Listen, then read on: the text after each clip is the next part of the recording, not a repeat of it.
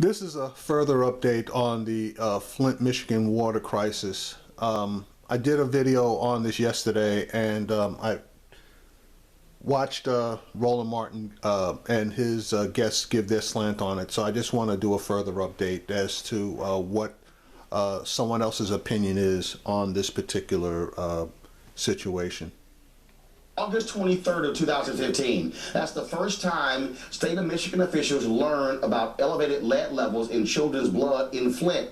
That's according to emails released by the office of Governor Rick Snyder. During his State of the State address, Snyder pledged $28 million to help the water crisis. But many people are coming forward saying that's not enough. Now, yesterday, President Barack Obama was in Detroit talking to auto workers, where he did bring up what's taking place in Flint. Now this pisses me off because Obama's in Detroit. Flint's not that far away. He couldn't have taken the time to travel to Flint to take a look at the situation himself. That's just another example of President Obama having no problem flying out, pausing his vacation to stop in San Bernadino to talk to the victims of that mass shooting. Okay, and the victims, what, less, 15 people or less? I believe it was 13. But here is a situation where 100,000 people are being affected, basically being poisoned, and children having lead levels of 2 or 3 times the normal amount of lead in their system, who are going to be affected for the next 20, 25, or 30 years. And he couldn't take the time to carry his ass to Flint to meet with the people in Flint to tell them personally, what he is going to do for them. And I know that if I was a parent up there, I would be beside myself that my kid's health could be at risk. It is a reminder of why you can't shortchange basic services that we provide to our people, and that we together provide as a government to make sure that public health and safety is preserved. That is bullshit. That is total bullshit. At this point, that town is approximately 75% African American, 25% Caucasian. Okay, so let's just say you don't want to make it a race issue. It's an economic issue, and the Republicans don't give a damn about poor people, period. And he never addressed that. And that's exactly what he should have done. He should have fried the governor of Michigan and the emergency manager, who were the ones who actually caused this. But, Obama mealy-mouthed, basically, and does not want to address issues that are particular to the black community. I will say that to my dying day. A couple days ago, Flint Mayor Dr. Karen Weaver, she actually met with President Barack Obama here in D.C. She joins us now on the phone. And so, Mayor Weaver, glad to have you. How are you? I'm doing fine, thank you. Can I ask you this here? Headline in the New York Times. Shelley, please take my iPad. As water problems grew, officials belittled complaints from Flint. As you go through this story here, you literally read where officials in the governor's office pretty much blew off the criticism, saying, look, these are folks who are anti-everything group. They even questioned the data of a pediatrician who was concerned about lead levels. They kept insisting that the water in Flint was just fine, that it was good, it was certified. Yet now, after these 274 emails, we'll realize that the state pretty much didn't give a damn about your city. And that's why we're so upset. That's why we're so angry, because it took this long for this to get acknowledged. Because as soon as the switch was made, which was in April of 2014, almost 2 years ago, people immediately started noticing a change in the water, from the look, the look, smell, the taste, skin rashes, hair falling out. When you washed your clothes didn't feel right. You had to clean clean your showers and your bathrooms more because of the water in the shower. So people noticed a change immediately, and no one listened. The city of Flint, according to these emails, announced April 25th, 2014, that there are, quote, lingering uncertainty about the quality of the water by the public. But what happened was, all of a sudden, a state expert verified, quote, that the water being put out meets all of our drinking water standards, and Flint water is safe to drink, even though an expert with the Michigan Department of Environmental Quality also, first of all, an expert there even said, well, just boil the water, you'll be fine. But an EPA expert said, folks, there's a problem with this water. And so it is as if the focus in Michigan was on the cost savings there in Flint, as opposed to really trying to get the water taken care of. And that's right again, because politics and profit were put over the lives of the people. And you know what happened when people were told to boil water? That made it even worse. And people didn't know. They thought, well, if I boil my water, it's safe. I can use it, because usually that's the case. But when we boiled the water, it released the TTHMs to a higher level, which made it more dangerous. You've made it clear that if Flint was a rich suburb of Detroit, of Michigan, there's no way in the world this would have allowed to happen. Well, that's what not only I believe, but a lot of people believe that, because we are a predominantly African-American community. We're predominantly, there's a class issue going on. We have a high unemployment rate, which cuts across the board of all of the races. We have areas of Flint that have been totally neglected. If you look at our north side, if you look at our east side, and I believe, as many others believe, that played into it. The Flint branch, the state, and the national NAACP have all spoken out about this, as have other people. Mayor, also, as you think about this here, first of all, when you see the fact that General Motors plant refused, they shut down one plant because of the water. Hospitals were saying it was their parts. Hospitals said it was destroying. Go ahead. Go ahead. I'm sorry. No, I said the water was rusting the parts for GM, and they said it wasn't good enough for their parts, and that was another issue that we said, if it's not good enough for GM parts, how can it be good enough for our bodies? What is it doing to us if it's rusting the parts for GM? So, last question for you. As I'm thinking about this here, I'm hearing corroding pipes, things along those lines. What immediately jumps out is you're going to have literally an entire replacement, not just of your city pipe infrastructure, but literally the piping to every business and every home. Is that what you're facing? Exactly. That's exactly what we're facing. This is an infrastructure crisis for the city, because we've ruined our pipes using this corrosive water, and it's a public health crisis for the city of Flint.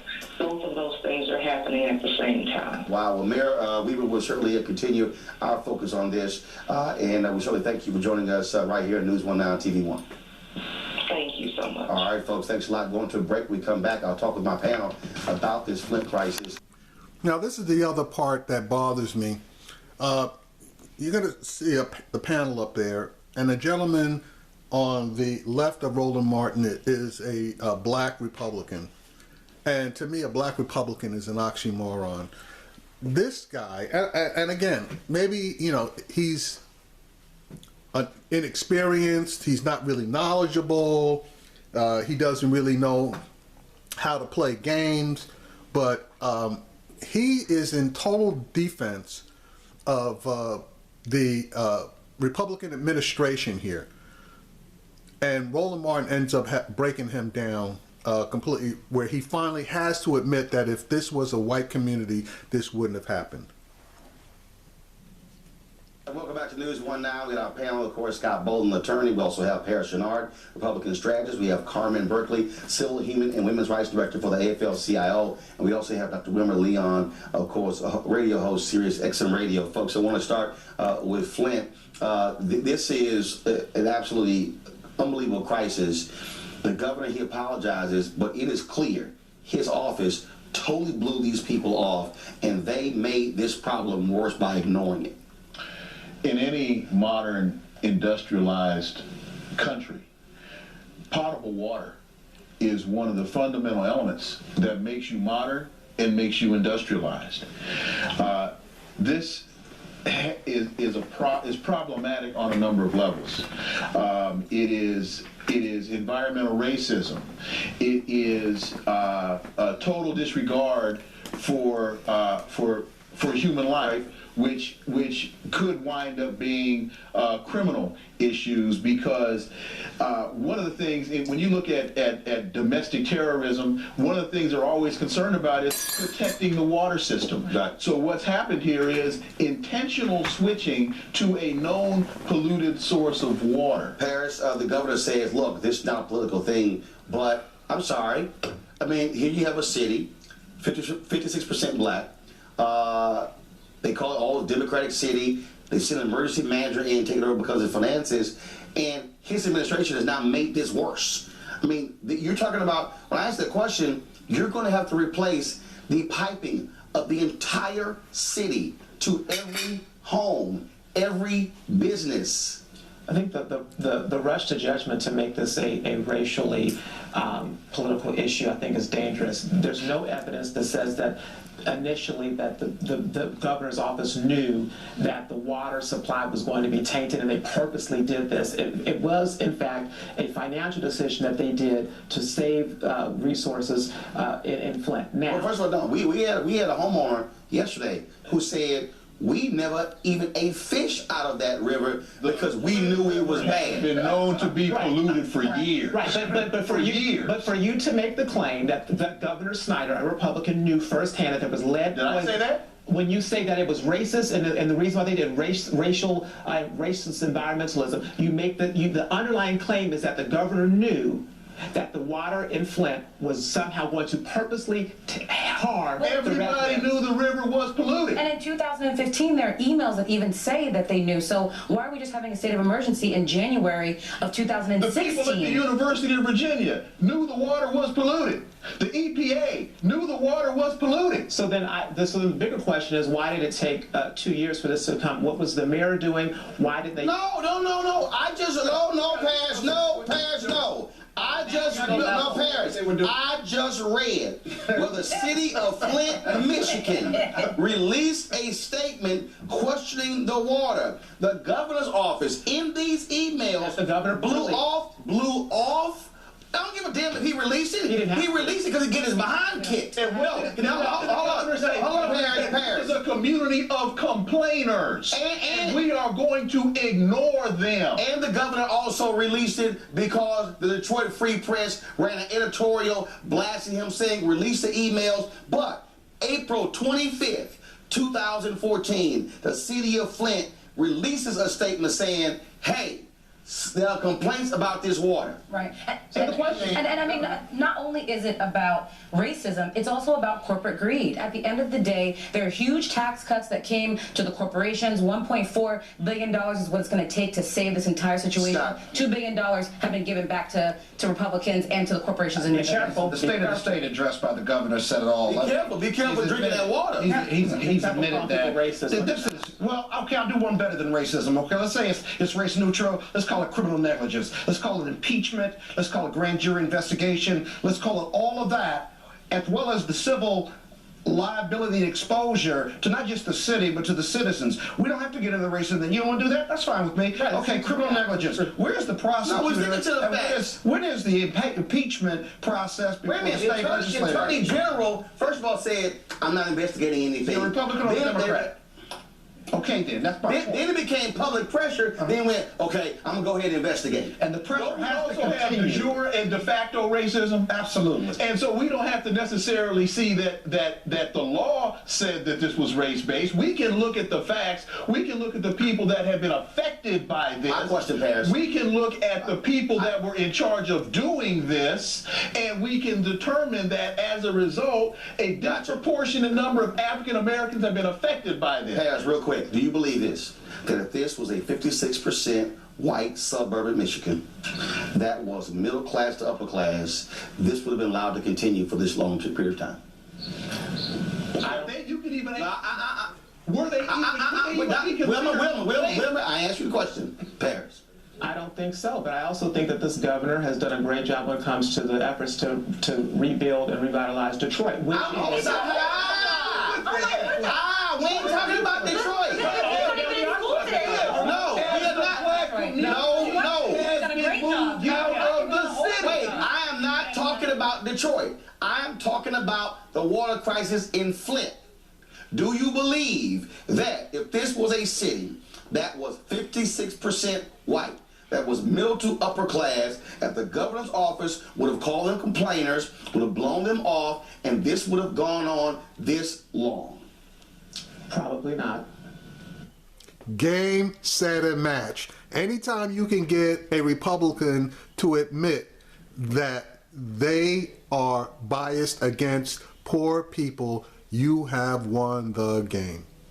That's all you need to know. That's all you need to know. Real quick before I go to the Daniel Host Claw story.